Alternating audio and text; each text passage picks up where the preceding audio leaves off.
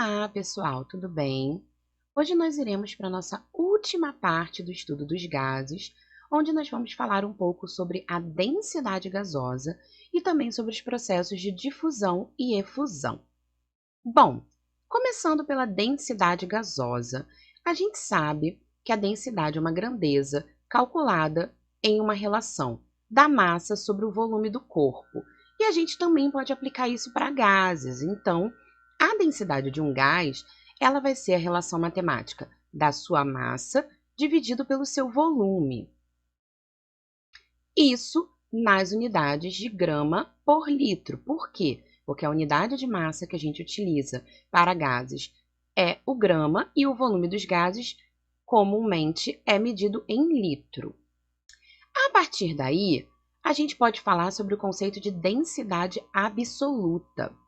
Se quisermos calcular a densidade absoluta para um gás, a gente pode usar outra relação matemática que é obtida através da associação da fórmula de densidade com a equação de Clapeyron, que é o nosso PVNRT.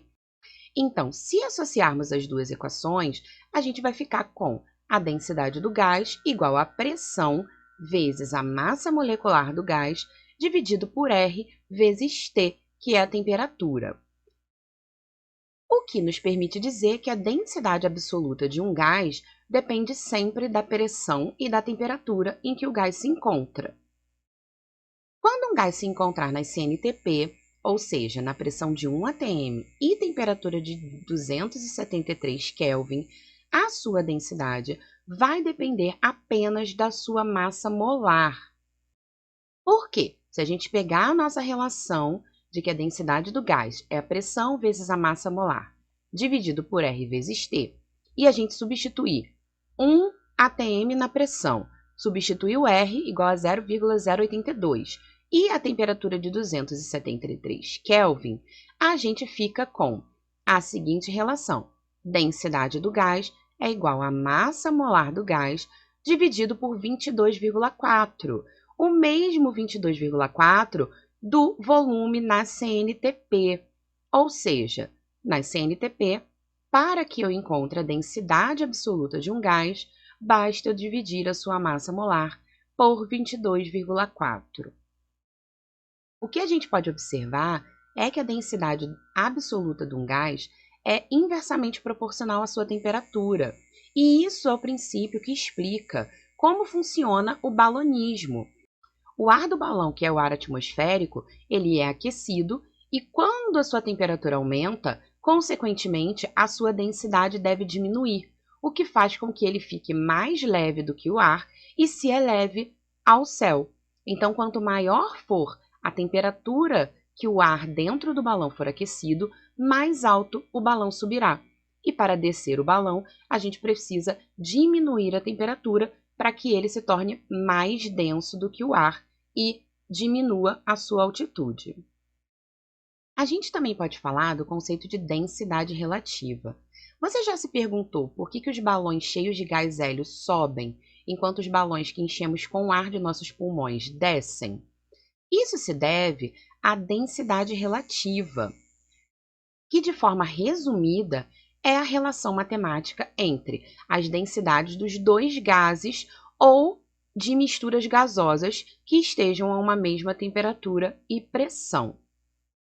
Então, se quisermos calcular a densidade relativa entre um gás A e um gás B, teremos que a densidade relativa vai ser a densidade do gás A dividida pela densidade do gás B.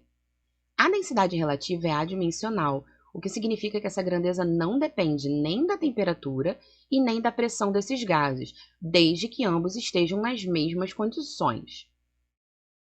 Se a gente partir da fórmula da densidade absoluta, que é pressão vezes massa molar dividido por R vezes T, e substituirmos essa relação em ambos os gases, a gente vai ficar com pressão vezes massa molar do gás A dividido por RT sobre pressão vezes massa molar do gás B dividido por RT. Mas, como ambos os gases se encontram nas mesmas condições, P, R e T são iguais. Logo, a densidade do gás A em relação ao gás B vai ser a massa molar do gás A dividido pela massa molar do gás B.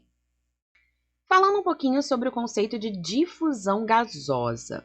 A difusão de um gás é um movimento espontâneo de um gás através do outro, isto é o espalhamento de um gás em outro meio gasoso, como, por exemplo, quando você tem um fenômeno de mistura de dois gases. Se você tem um gás A e um gás B separados por meio de uma válvula, quando você abre essa válvula, um gás vai se difundir no outro de maneira homogênea.